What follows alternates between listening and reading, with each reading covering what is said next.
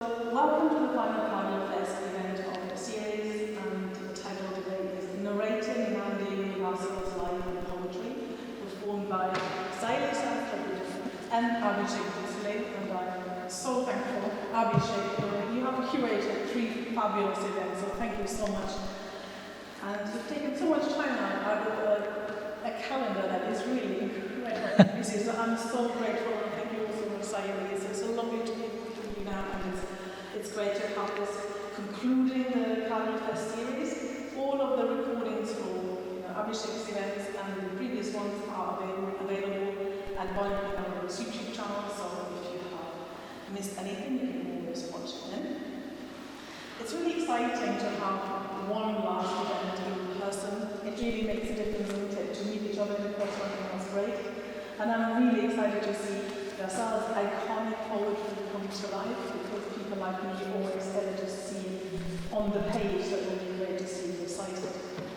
So Abhishek and Sayali will introduce the iconic status of Namdeo Dhasal. I wouldn't be able to do justice anyway. But I just want to very quickly introduce our 2 speakers. So there's Abhishek Bhosale, who is a writer, journalist, and doctoral researcher who is currently still based in London, completing his PhD at SOAS University. And the title of his thesis is Land for Emancipation, Development with Dignity and Dalit Panthers in India. At SOAS, he also remarkably has created an Ambedkarite student organization, so he's the president of the SOAS Ambedkarite Society, and he's curating events just like this one to bring Ambedkarite ideas into dialogue with the global student movement. Sayali is also a PhD researcher and at Trinity College Dublin. She is also working on Aristotle from the perspective of psychoanalysis, and been working with the sugarcane workers. And so very welcome to ask her more questions about this as well. But she's also worked in theatre for over 15 years as an accomplished performer and artist, and we're very privileged to have you both here with your enormous wealth of expertise and love for Dhasal as well. So this Carnival series, as usual, is funded by Bonington University, the University of Bonington Gallery, and Bonington Gallery, and we're grateful to the 3 of them. There will be Q&A later, so you're very welcome to ask questions. I'm sure I'll have lots of them. And of course, I'd like to thank Bonington Gallery who made that possible. Thank you for this beautiful setup. And of course, thank you for you curating this event. And I can't wait to you.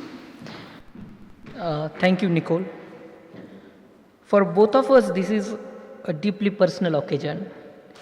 We grew up reading Dhasal's poetry in Marathi, and the opportunity to present his work on an international platform means a great deal to us.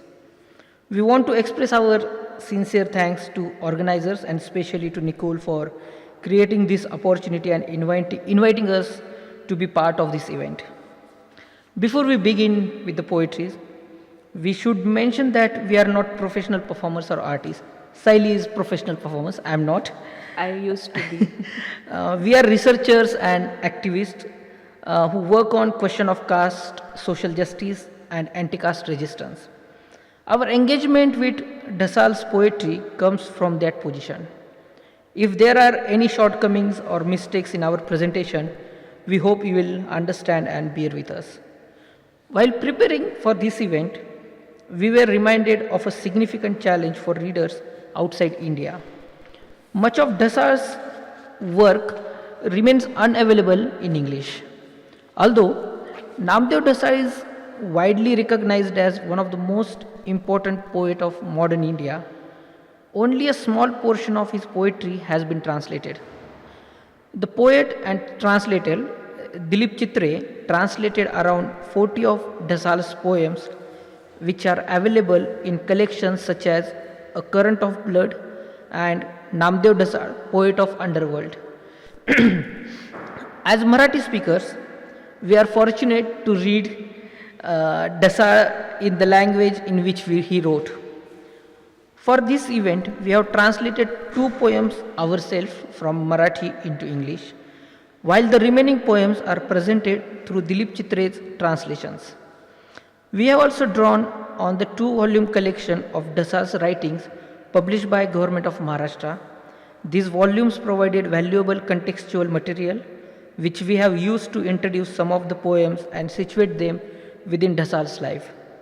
Dhasal's life, politics, and literary journey. The images and photographs used throughout the presentation on the screen have also been sourced from the same publications and archival materials mentioned above. Our purpose today is simple: to introduce you to the power, imagination, and political force of Namdeo Dhasal's poetry.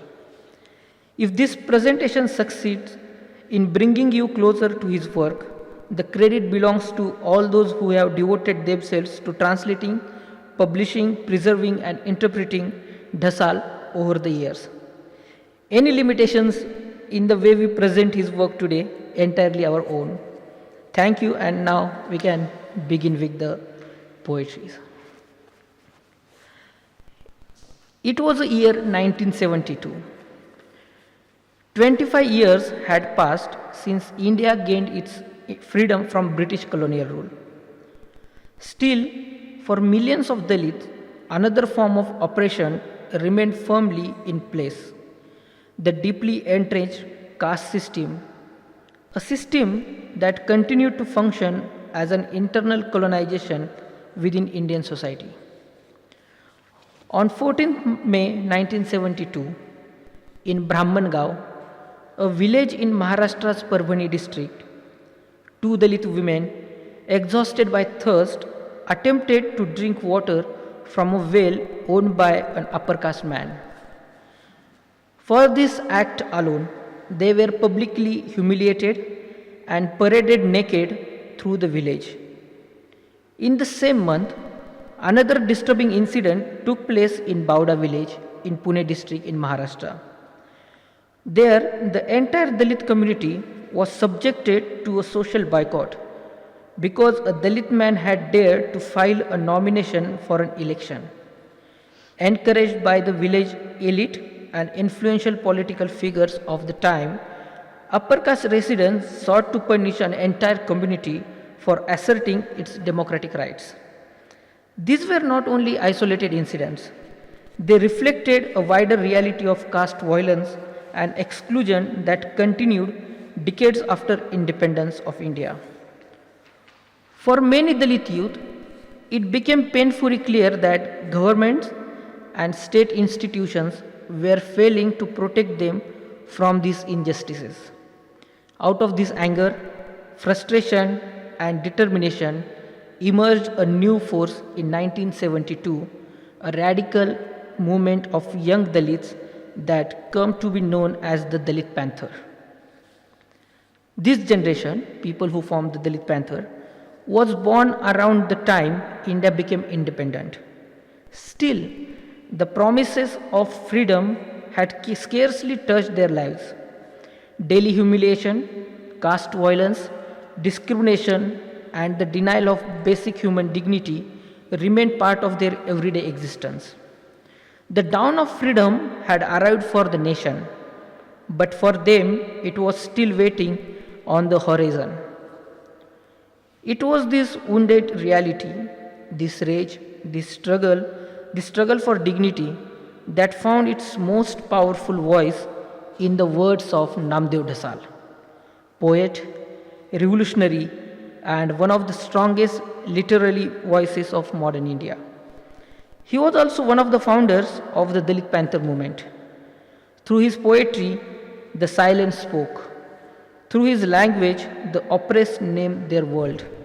And through his vision, poetry itself became an act of resistance. Namdeo Dhasal's poem, रक्तात पेटलेल्या अगणित सूर्यांनो, in English, O countless suns ablaze in our blood, remains a powerful reminder of the anger, defiance, and revolutionary energy that was surging through Dalit communities during that period. The poem does not merely speak of suffering, it speaks of resistance. It captures a moment when generations of humiliation, were being transformed into collective rage, and when silence was giving way to a fierce demand for dignity and justice. The title of the poem itself is an invocation, a call to countless suns burning within the blood of the oppressed, Dalits, urging them to rise, to illuminate, and to transform the world. The poem we are to hear about is Raktat Petleल्या Aganit Suryanno, written in Marathi. English translation is O countless suns ablaze in our blood. I will read this poem in Marathi first, and then Sayali will read English version of the poem. रक्तात पेटलेल्या अगणित सूर्यांनो, तुमची आई बहीण आजही विटंबली जाते हाटाहाटातून. मवाल्यासारखे माजलेले उन्मत्त Nero आजही मेणबत्तीसारखी जातात माणसे चौका चौकातून. कोरभर भाकरी पसाभर पाणी यांचा अट्टहास केलाच तर फिरवला जातो नांगर आजही घरादारावरून. चिंदकातले हात सळसळलेच तर छाटले जातात आजही नगरातून. रक्तात पेटलेल्या अगणित सूर्यांनो, किती दिवस सोसायची ही घोर नाकेबंदी. मरेपर्यंत राहायचं का असंच युद्ध कैदी. ती पहा रे ती पहा, मातीची अस्मिता आभाळभर झाली आहे. माझ्याही आत्म्याने जिंदाबादची गर्जना केली आहे. रक्तात पेटलेल्या अगणित सूर्यांनो, आता या शहराला आग लावीत चला. आता या शहराला आग लावीत चला. O countless suns ablaze in blood, your mothers and sisters are still profaned, still dragged through humiliation at every corner of the market, city and villages. The frenzied neros, swaggering like street thugs, still burn human beings like candles at every crossroads. And if one dares to insist upon a morsel of bread, a handful of water, even today the plough is driven through home and hearth. If the hands wrapped in rags begin to revolt, they are still severed in town after town. O countless suns ablaze in blood, how long must we endure this savage siege? Must we remain war prisoners until our dying breath? Oh, look there, look. The dignity of the soil has spread across the sky. Out of my suffering has now burst forth the roar of Zindabad. A countless suns ablaze in blood. Come now, come and set every street alight. Set every city aflame. Set every street alight. Set every city aflame. This poem comes from Golpitha, Namdeo Dhasal's first poetry collection, published in 1972, the same year when Dalit Panther was formed.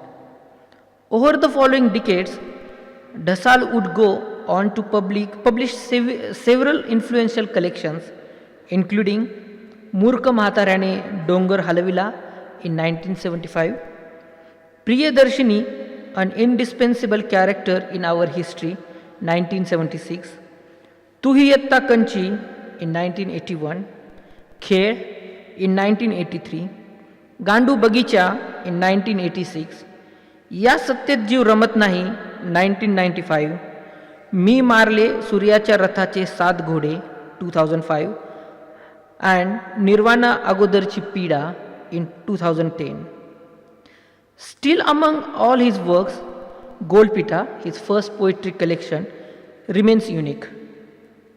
Its publication marked a turning point not only in Marathi poetry but in Indian literature more broadly. The story of how Golpitha came into being is itself remarkable. Malika Amar Sheikh recounts it in her introduction to the collected works of Namdeo Dhasal. Malika Amar Sheikh is a wife of Namdeo Dhasal. The year was 1970 in the city of Mumbai.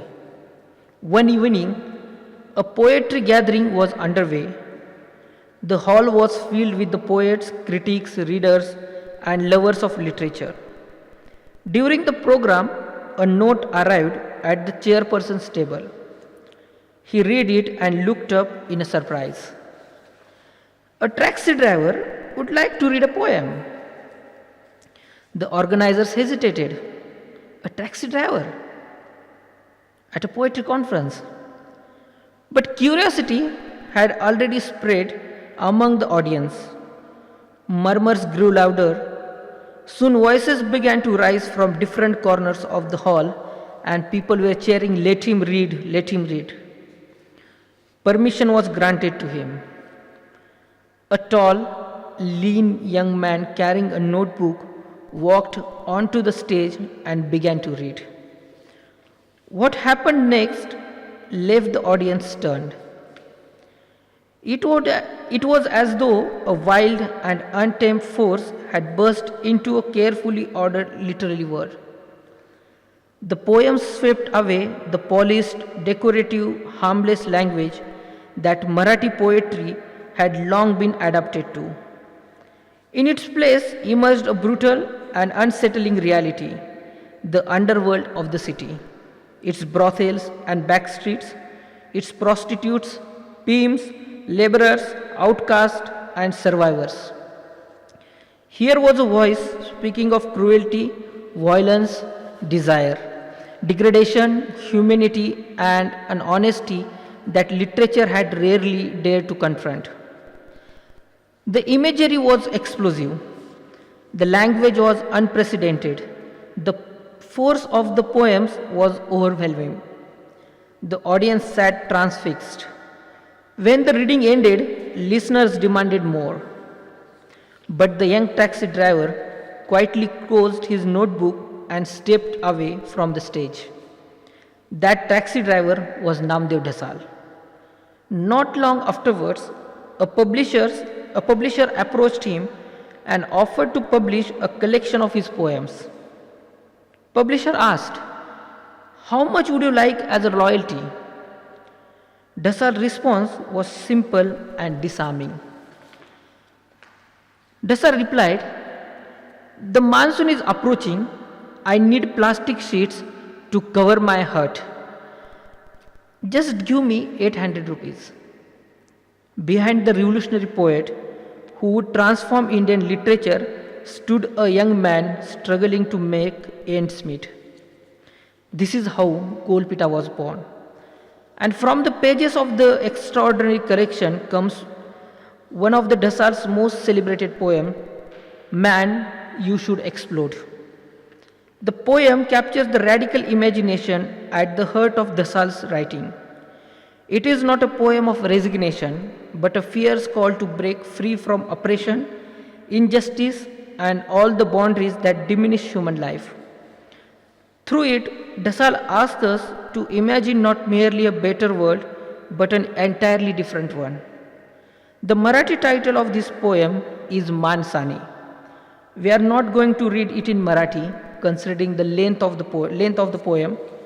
Let us now listen. Man, you should explode. Man, you should explode yourself to bits to start with. Jive to a savage drum beat, smoke hash, smoke ganja, chew opium, bite lalpari, guzzle country booze if too broke. Down a pint of the cheapest dalda. Stay tipsy day and night. Stay tight round the clock. Cuss at one and all. Swear by his mom's twat, his sister's cunt. Abuse him, slap him in the cheek and pummel him. Man, you should keep handy a Rampuri knife, a dagger, an axe, a sword, an iron rod, a hockey stick, a bamboo. You should carry acid bulbs and such things on you. You should be ready to carve out anybody's innards without battling an eyelid. Commit murders and kill the sleeping ones. Turn humans into slaves. Whip their asses with a lash. Cook your beans on their bleeding backsides. Rob your next door neighbors, bust banks. Fuck the mothers of moneylenders and the stinking rich. Cut the throat of your own kith and kin by conning them. Poison them, jinx them. You should hump anyone's mother or sister anywhere you can. Engage your dick with every missy you can find. Call anybody too old to be screwed. Call nobody too old to be screwed. Call nobody too young, nobody too green to shag. Lay them all and one and all. Perform gang rapes on stage in the public. Make whorehouses grow. Live on a pimp's cut. Cut the women's noses, tits. Make them ride naked on a donkey through the streets to shame them. Man, one should dig up roads, yank off bridges. One should topple down street lights, smash up police stations and railway stations. One should hurl grenades, one should drop hydrogen bombs to raise literary societies, schools, colleges, hospitals, airports. One should open the manholes of sewers and throw into them Plato, Einstein, Archimedes, Socrates, Marx, Ashoka, Hitler, Camus, Sartre, Kafka, Baudelaire, Rimbaud, Ezra Pound, Hopkins, Goethe, Mayakovsky, Maxim Gorky, Edison, Madison, Kalidasa, Tukarama, Vyasa, Shakespeare, Naneshwar, and keep them rotting there with all their words. One should hang to death the descendants of Jesus, the Paigambar, the Buddha, the Vishnu. One should crumble up temples, churches, mosques, sculptures, museums. One should blow with cannonballs all priests and inscribe epigraphs with cloth soaked in their blood. Man, one should tear off all the pages of all the sacred books in the world and give them to people for wiping their shit off their asses when done. Remove sticks from anybody's fence and go in there to shit and piss and muck it up. Menstruate there, cuff out flames, sneeze out goo. Choose what offends one's sense of odor to wind up the show. Raise hell all over the place from up to down and in between. Man, you should drink human blood, eat spit, roast human flesh, melt human fat and drink it. Just smash the bones of your critics' shanks on hard stone blocks to get their marrow. Wage class wars, caste wars, communal wars, party wars, crusades, world wars. One should become totally savage, ferocious and primitive. One should become devil-may-care and create anarchy. Launch a campaign for not growing food. Kill people by starving them to death. And kill oneself too. Let disease thrive. Make all trees leafless. Take care that no bird ever sings. Man, one should plan to die groaning and screaming in pain. Let all of this grow into a tumor to fill the universe, balloon up, and burst at a nameless time to shrink. And after this, all those who survive should stop robbing anyone or making others their slaves. After this, they should stop calling one another names, white or black, Brahmin, Kshatriya, Vaishya or Shudra. Stop creating political parties, stop building property, stop committing crime, the crime of not recognizing one's skin, not recognizing one's mother or sister. One should regard the sky as one's grandpa and earth as one's grandma. And coddled by them, everybody should bask in mutual love. Man, one should act so bright as to make the sun and the moon seem pale. One should share each morsel of food with everyone else. One should compose a hymn. To humanity itself, man should sing only the song of man. Man should sing only the song of man.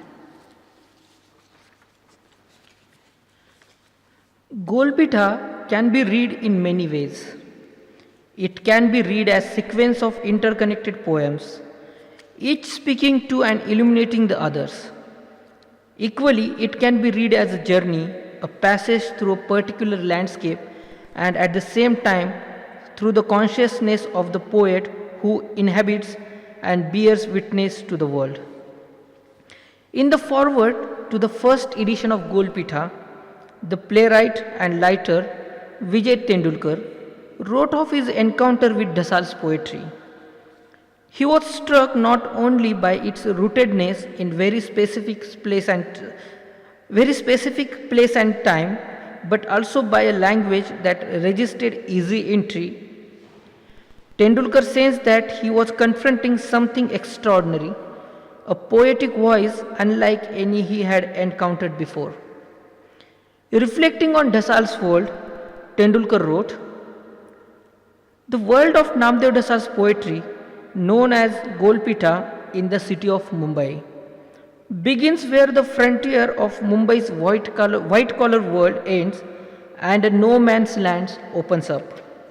This is a world where night turns into a day, where stomachs are empty or half empty, where people struggle daily against death and the anxieties of tomorrow, where bodies are exhausted by shame and suffering, where sewage flows endlessly through the streets, where deceased young bodies lie beside gutters, hurtling against the cold, where the jobless beggars, pickpockets, holy mendicants, neighborhood toughs, and pimps all inhabit the same unforgiving spaces or landscape." Tendulkar's words capture the shock experienced by many readers encountering Golpitha for the first time.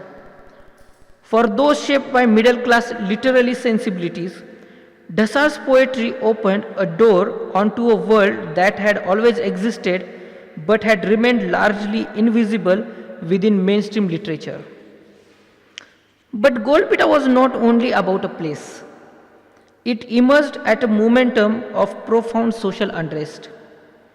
Across Maharashtra, West Indian state, anger against caste oppression and the everyday violence inflicted upon Dalits was steadily building. Beneath the surface, a volcano of discontent was gathering force. Intellectuals, activists, writers, and those who bore the weight of caste discrimination were coming together through debates, movements, and acts of resistance. A new political and social consciousness was taking shape. In this context, the dedication that Dhasal wrote for Golpitha is especially significant. He dedicated his collection, first poetry collection, to all the large and small movements and to all those forces that seek to blow apart the exploitative system that deprives ordinary people of power, wealth, and dignity. Those words reveal the spirit in which the collection was conceived, not merely as literature, but as an intervention in the struggles of its time. Even the book's covers, you may see it's there, the book cover in the yellow pages. Even the book's cover reflected this uncompromising vision. Dhasal designed it himself.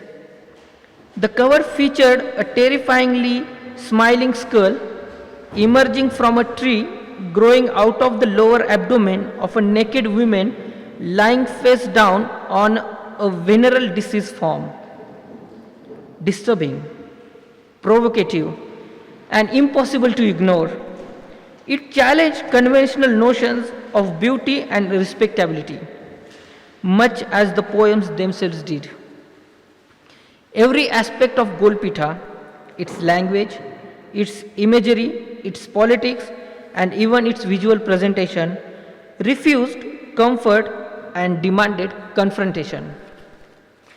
It is from this remarkable collection that the next poem is drawn.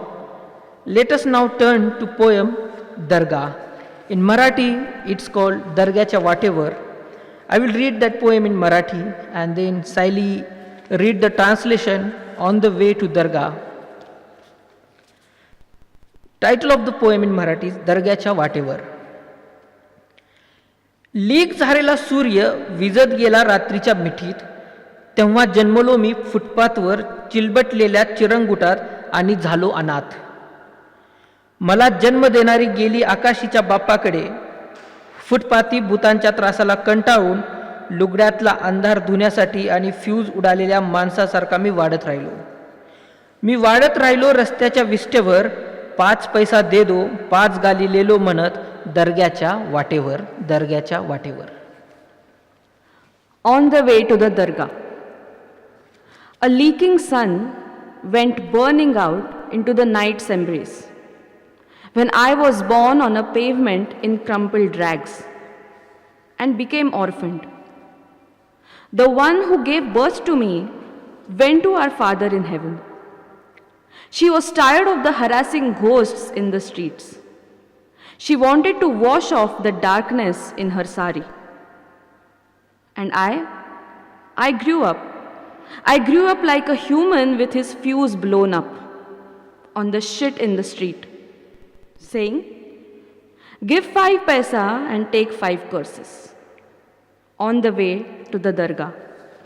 On the way to the dargah. To understand Namdeo Dhasal's poetry, it is worth understanding the world that shaped him.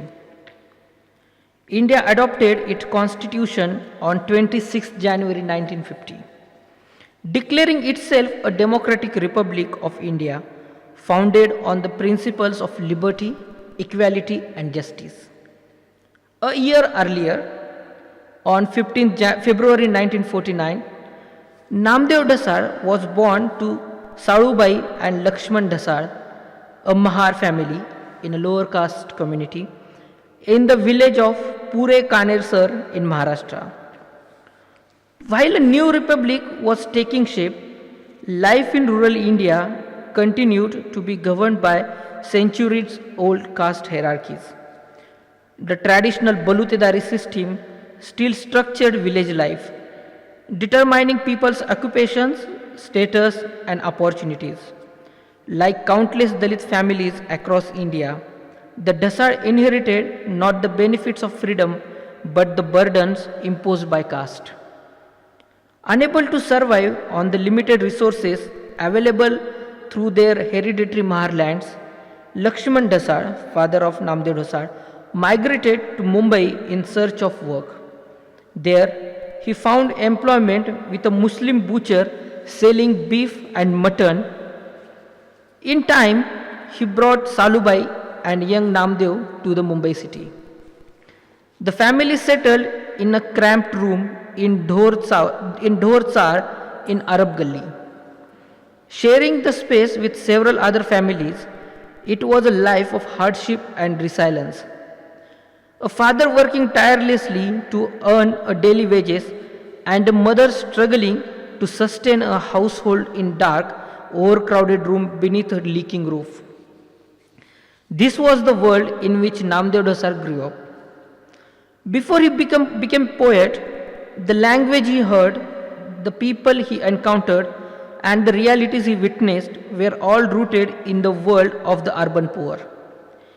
His literary imagination emerged not from privileged spaces, but from the streets and neighborhoods inhabited by those pushed to the margins of society. The Dhor-Tsar, where Dhasal lived, stood close to Golpitha, a locality adjoining Mumbai's notorious red light district of Kamatipura. Golpitha was much more than a place. It was a complex social universe. Prostitutes, pimps, shopkeepers, moneylenders, casual laborers, addicts, petty criminals and migrant workers all lived and worked within its crowded lanes. Dilip Chitre wrote in his translation about Dhasal's poem, Namdeo described himself as one of the lumpen proletariat scum of the earth. This was the term that Karl Marx and Friedrich Engels used to make their historical analysis of class comprehensive. They gave nearly 60 different definitions of the term that included chronically unemployed people outside the pale of the organized working class, prostitutes, beggars, casually employed laborers, etc.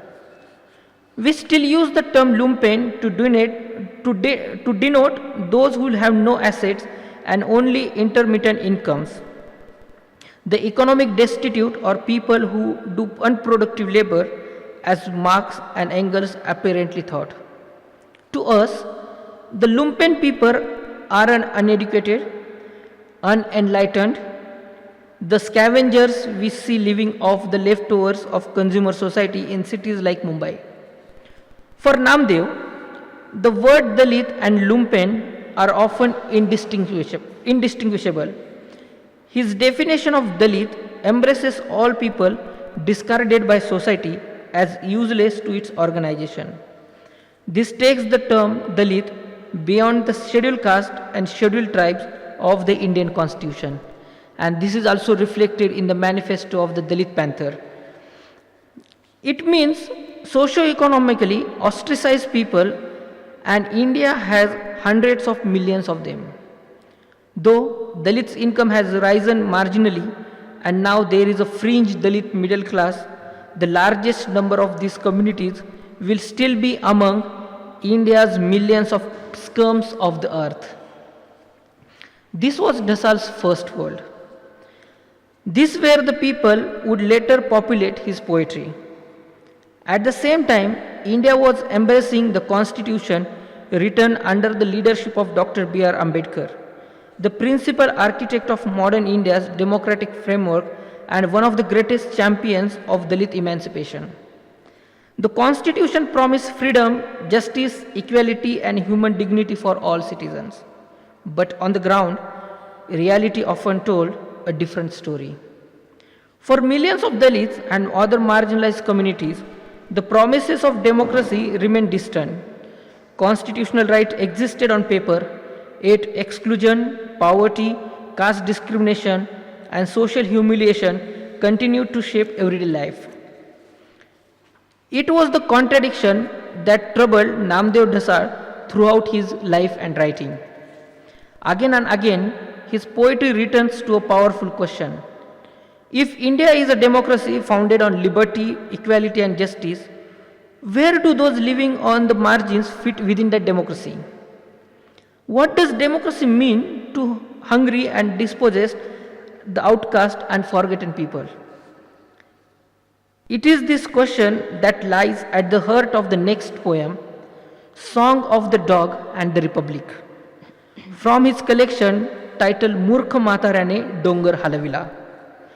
In this poem, Dhasal turns to one of his most powerful literary strategies. He speaks from the perspective of those whom society refuses to see through biting irony, anger, and dark humor. He exposed the distance between the promises of democracy and the reality experienced by those at the very bottom of the social order. Let us now listen to Song of the Dog and the Democracy. Again, considering the length of the poem, we are not reading it in Marathi. Sayali will read the poem in English. Song of the Dog and the Republic.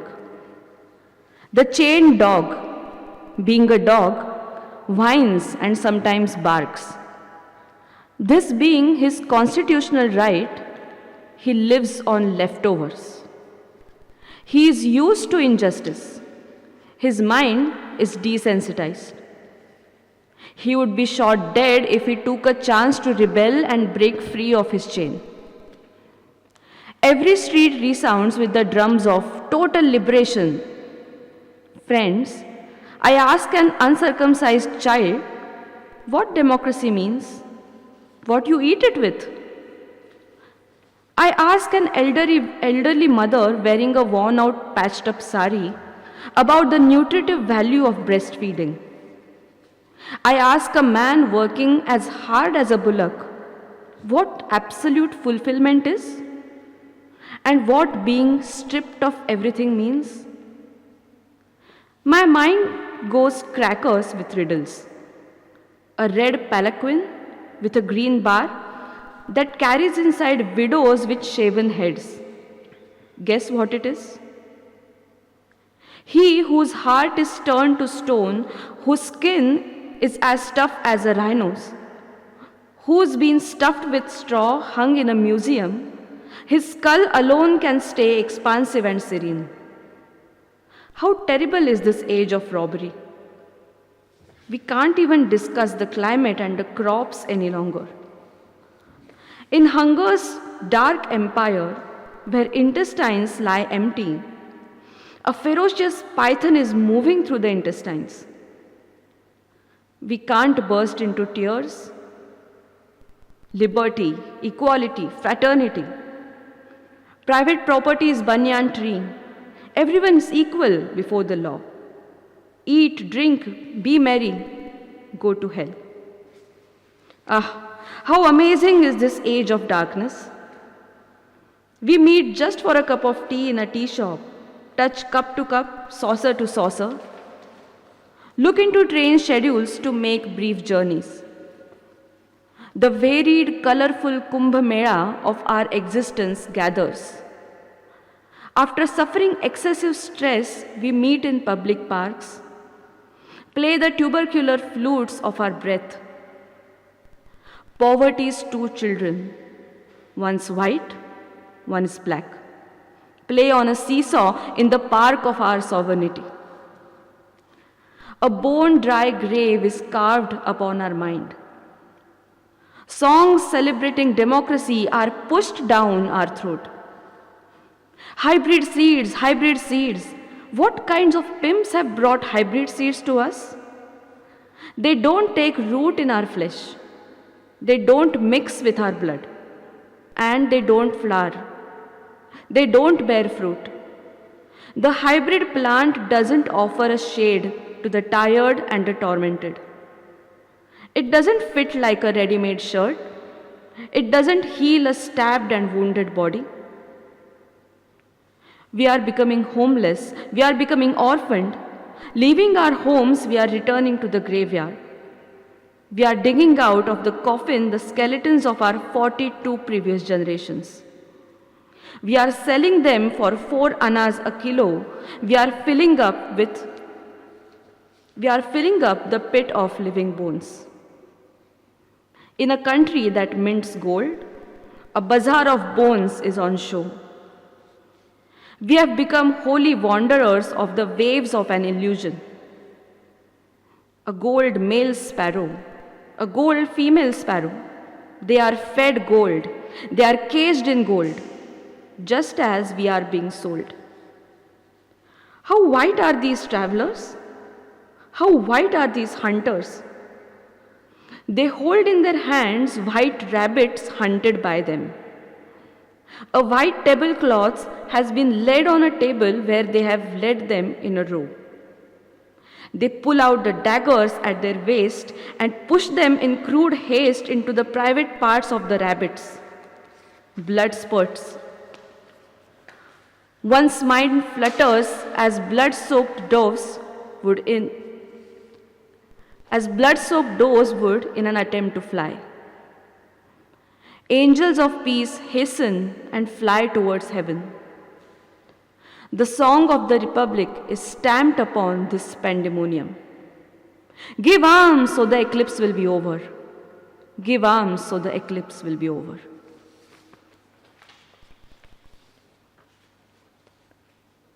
To understand the next two poems, it is important to remember that Namdeo Dhasal's rebellion was not shaped only by caste oppression, poverty, or life in the margins of Mumbai. It was also shaped by deeply personal experiences. Looking back on his life, Dhasal once wrote, "To talk about myself, I arrived at my path because of an incident involving a girl in my life. It arose from the experience of a love relationship destroyed by communalism and casteism. As a young man, Dhasal was actively involved in the Praja Socialist Party and believed in the ideals of equality and social change. Still, his own experiences revealed a painful truth. Even those who spoke publicly in the language of progress and liberation often remained trapped by caste and communal prejudices in their private lives. This realization left a deep mark on him. It exposed the distance between ideals and reality, between what society claimed to believe and how it actually behaved. The next two poems grow out of that experience of Dhasal. Beneath their language lies not only a political critique, but also the memory of a personal wound, one that helped shape the uncompromising voice of Namdeo Dhasal. Let us now turn to those two poems. The first poem is Amcha Alitun Jatana, and the second poem is Tanchi Sanatan Daya. First, I will read the first poem in Marathi, then Sayali will read the translation. Then we will read another poem, Tanchi Sanatan Daya, and Sayali read the translation, Their Orthodox Pity. So the poem, Marathi title is Amcha Alitun Jatana. हे महाज्ञानी लोक हिंडतायत मशाली पेटवून गल्ली बोळातून आळी आळीतून, जेथे उंदीर उपाशी मरतात त्या आमच्या खोपटातील काळोख म्हणे त्यांना कळतो. हे महाज्ञानी लोक हिंडतायत मशाली पेटवून गल्ली बोळातून आळी आळीतून, जिथे उंदीर उपाशी मरतात त्या आमच्या खोपटातील काळोख म्हणे यांना कळतो. पानसट गवशीसारखे हेही एक थेर. ज्यांना आपल्या गांडी खाल्लाच अंधार कळत नाही, त्यांनी पेटलेल्या माणसांना 56 टिकली बहुचकपणा अजूनही दाखवावा. अरे धूर्तांनो, ज्यांना तुमची नसन नस कळली आहे त्यांच्याशी तरी इमान राखा, आणि ज्यांना उजेड दिसत नसेल त्यांना तुमच्या मशाली खुशाल दाखवा, आमची ना नाही. ज्यांना तुमची नसन नस कळली आहे त्यांच्याशी तरी इमान राखा, आणि ज्यांना उजेड दिसत नसेल त्यांना तुमच्या मशाली खुशाल दाखवा, आमची ना नाही मात्र एक. आमच्या आळीतून जाताना त्या विझूनच पुढे जा. आज आम्हाला या खोपटातून पूर्ण सूर्य दिसतोय. आज आम्हाला या खोपटातून पूर्ण सूर्य दिसतोय. As they pass through our alley, these great wise men roam around carrying blazing torches through lanes and by lanes, through every alley and corner. They claim they understand the darkness inside our huts. They claim that they understand the darkness inside our huts where even the rats die of hunger. What a farce. Just another ridiculous performance, like some watery village spectacle. Those who cannot see the darkness beneath their own asses still dare to flaunt their 56 stripped cleverness before people who are already burning alive. You cunning hypocrites, at least be honest with those who know every vein and every nerve of yours. And as for those who cannot see the light, by all means show them your torches. We have no objection. Only one thing. When you pass through our alley, put those torches out before you move on. For today, from these very huts, we can see the entire sun. We can see the entire sun. Second poem, the Marathi title is Tanchi Sanatan Daya. It's a very short poem, and this is the first poem in the Golpitha. त्यांची सनातन दया Falkland रोडच्या भडव्याहून उंच नाही. त्यांची सनातन दया Falkland रोडच्या भडव्याहून उंच नाही. खरंच त्यांनी आपल्यासाठी आभाळात मांडव घातला नाही. बोलून चालून ते सामंतशहा, त्यांनी तिजोरीत लॉक केलेला प्रकाश. बोलून चालून ते सामंतशहा, त्यांनी तिजोरीत लॉक केलेला प्रकाश. लादलेल्या पडीबाईज आयुष्यात फुटपाथ देखील आपली नाही. माणूसपणाची किळस यावी इतके त्यांनी बनविली आहे लाचार. माणूसपणाची किळस यावी इतके त्यांनी बनविली आहे लाचार. करपून गेलेल्या आतड्यात साधी माती भरायला मिळत नाही. उगवणारा न्यायी दिवस लाच खाल्ल्यागत त्यांचाच होतो पाठीराखा. उगवणारा न्यायी दिवस लाच खाल्ल्यागत त्यांचाच होतो पाठीराखा. आपली कत्तल घडताना त्यांच्या सढळ हातातून निश्वासही ढळत नाही. निश्वासही ढळत नाही. निश्वासही ढळत नाही. their orthodox pity. Their orthodox pity is no taller than a Falkland Road pimp. It's true, they haven't raised any ceremonial tent for us in the sky. After all, they are the feudal lords. They have locked all the light in their vault. In this lowered life imposed on us, not even a pavement belongs to us. They have made us so helpless that being human has become nauseating to us. We can't even find dust to fill up our scorched bowels. The rising day of justice, like a bribed person, favors only them. And while we are being slaughtered, not even a sigh for us escapes their generous hands. Not even a sigh for us escapes their generous hands.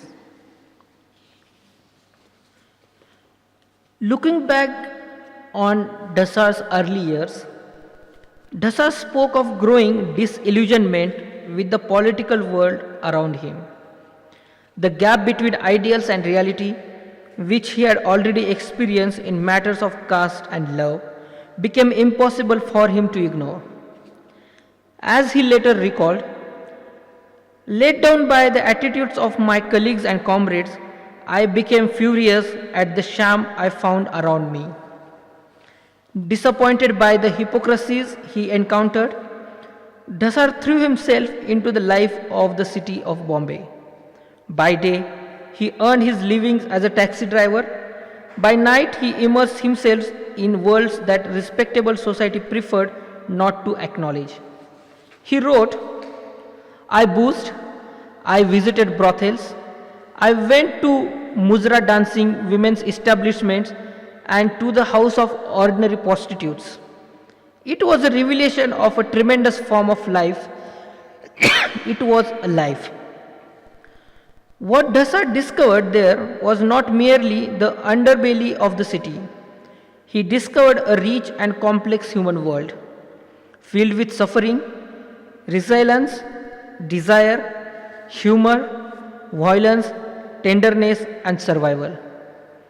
It was a world that literature had largely ignored, but one that would become central of his poetry.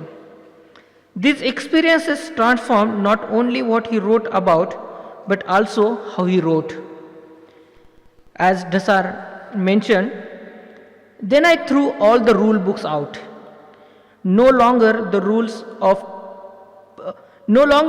of prosody for me. My poetry was as free as I was. I wrote what I felt like writing and how I felt like writing. For Dhasal, poetry was never meant to be confined by literary conventions. He rejected the idea that language had to behave politely or fit established forms. The freedom he sought in life became the freedom he demanded in poetry. He sharpened language into a weapon. He wrote wherever life found him. There was no study, no fixed schedule, no ritual of composition.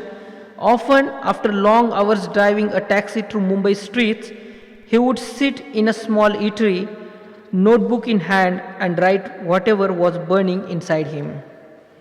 Reflecting on his success many years later, Dhasal offered a simple explanation. I never compared myself with anyone else. I never consulted anyone else on whether what I was writing was right or wrong. I wrote as I felt all the way.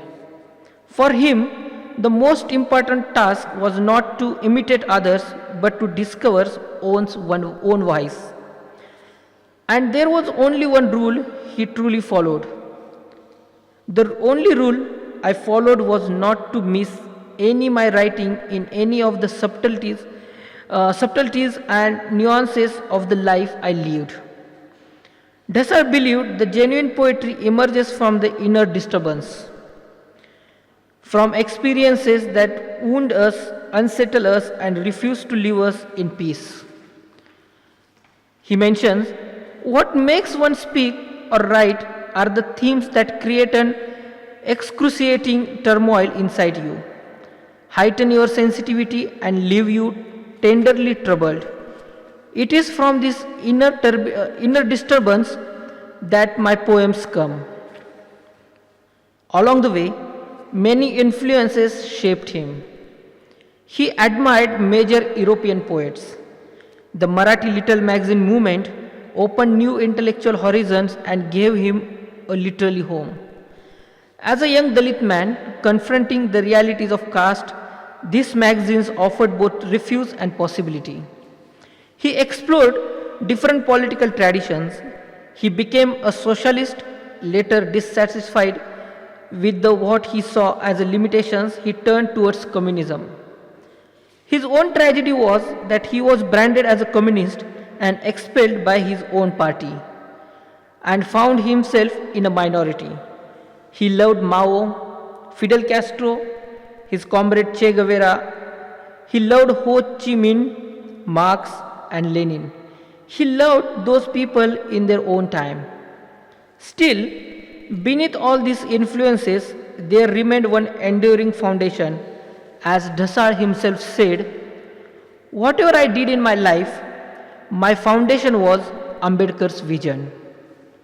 That statement is a key to understanding Namdeo Dhasal. However radical his language, however experimental his poetry, and however varied his political journeys, the deepest foundation of his thought remained the emancipatory vision of Dr. B.R. Ambedkar, a vision grounded in human dignity, equality, justice, and annihilation of caste. The next poem emerged from that foundation. They are not only poems about Ambedkar. He wrote many poems about Ambedkar. If you open every collection, you will find a poem about Ambedkar. They are not only poems about Ambedkar, the historical figure, they are poems about Ambedkar as a source of intellectual courage, moral clarity, and liberation. Let us now listen to Namdeo Dhasal's poem on B.R. Ambedkar. The title of the poem is Ambedkar, which is written in 1978. Again, the poem is quite long. We are not going to read it in Marathi. Sayali will read that in English. Never hereafter must one write anything shrouded in obscurity. No longer must one indulge in oblique poetry. No longer must one erratically swoop. One should catch it by its very roots.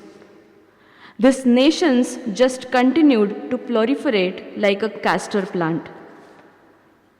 And we were lured by its useless shabby leaves. We drooled at them, played with our own saliva's sticky trickle. They are not going to reciprocate our love. They have become a deceit unto themselves. They can only clutch out a piece of our own flesh. Let the torrent of our own blood continue to rush. They are raging with arrogance. They are becoming psychopathic. Violence, slaughter, bloodshed. They are polluted with inevitable stink. They turn everyone into Oedipus. They want to partition this land. They want riots. They want to turn man into a demon. They would like mankind to lose its humanity once again. Ashes and skeletons. They want to sing in the graveyard, their soil, their brain, their whole, their ailment, their blood. Are they the only ones who have come forth from a human mother's womb? And are the rest of us the progeny of cats and dogs? What sort of an illusion is it in which they live? How many vices have they become the slaves of? Greed and thirst. Their whole world of desires is about to go bust. They have refused to accept life. They turn their faces upward and spit towards the sky. Will that ever stigmatize the sky? They have blackened their own mouths by speaking vile of others. Will that ever reduce their burden of sin? Now they must stop this. Now they must change. They must mend their own ways before trying to correct others. You have gone far ahead of the pedestal of your statue. You have grown larger than the name of the nation. Never did you sit like a sterile hen hatching eggs laid by others. You changed all our lives, like a great flow of thought. How can we now bypass that truth? We have to become like those whose very life breath is luminous. We have to become like those whose deep shade comforts all. Real honesty is found in one's own inner voice.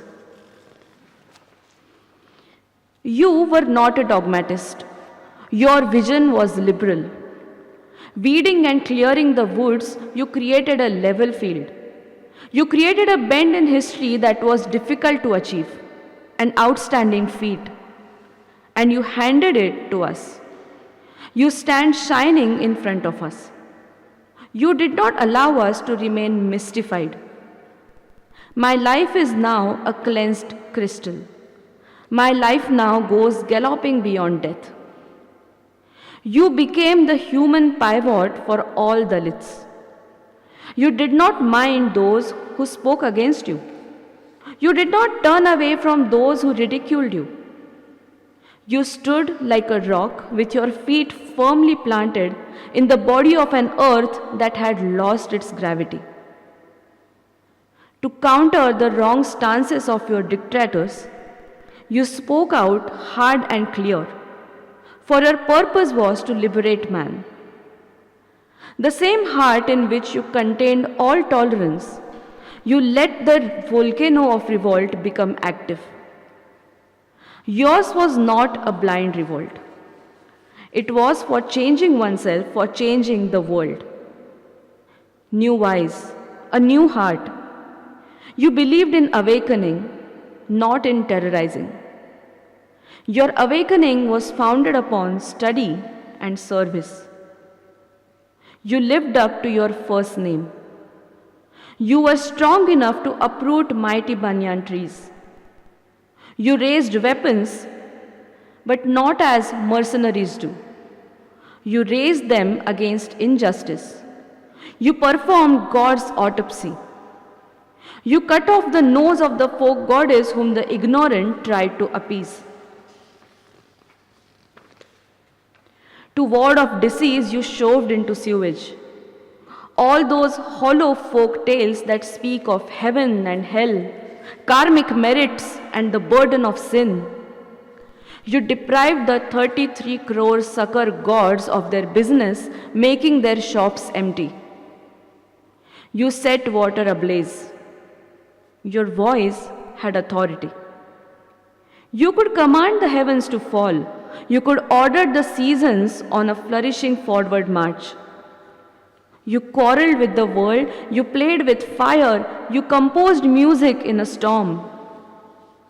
Sorrow, the origin of sorrow, liberation from sorrow, the path of liberation, you tended with compassion even soil that was given up as unusable. You tolerated the company of loathsome people, separation from loved ones. You controlled desire, frustration as well. The meaning of life, that is sorrow. The meaning of old age, that is sorrow. The meaning of illness, that is sorrow. The meaning of death, that is sorrow. O inheritor of conflict, you feed us things both in the short term as well as in the long. You have made the human being transparent to us. We can see through every human being. They think human beings are completely blind. They think human beings are inferior. They think human beings are a helpless lot. But they are afraid of the shadow of man. They wear armor to shield themselves. They let anthills grow on their own bodies. They suffocate, they are galled, and they spit venom. Never hereafter must one write anything shrouded in obscurity. One must plow it all up with a donkey pulling the yoke and start from the scratch. Now we are reaching to the concluding part of the event. We are not going to talk anything. We are going to conclude with a very short poem of Dhasal, which may be the best concluding content for this event. The title of the poem is Kavitechi Wahi, and in English we can call it Poetry Notebook. शेवटच्या मुक्कामावर आलो तरीही दार उघडत नाहीस. शेवटच्या मुक्कामावर आलो तरीही दार उघडत नाहीस. नक्षत्रांचे अक्षर या जुन्या कागदावर कसे लिहू. माझ्या कवितेची वही यापूर्वीच कबीराला दिली होती. माझ्या कवितेची वही यापूर्वीच कबीराला दिली होती. या बाजारात कबीर नाही, मीच खडा आहे. मुक्तीचा वचननामा ही रूढी नाही कबूल करत. मुक्तीचा वचननामा ही रूढी नाही कबूल करत. या काळोखाच्या साम्राज्यात आता इच्छेलाही पंख फुटले. आता इच्छेलाही पंख फुटले. आता इच्छेलाही पंख फुटले. Poetry notebook. I have arrived at the final point of my journey, and yet you refuse to open the book for me? How can I inscribe a star on this worn out page in my book? I had given my poetry notebook long ago to Kabir as a keepsake. But there is no Kabir in this bazaar. The one who stands here accosting passers-by is me. This charter of freedom does not accept my tradition. In this empire of darkness, even aspiration sprouts wings. Even aspiration sprouts wings. Thank you.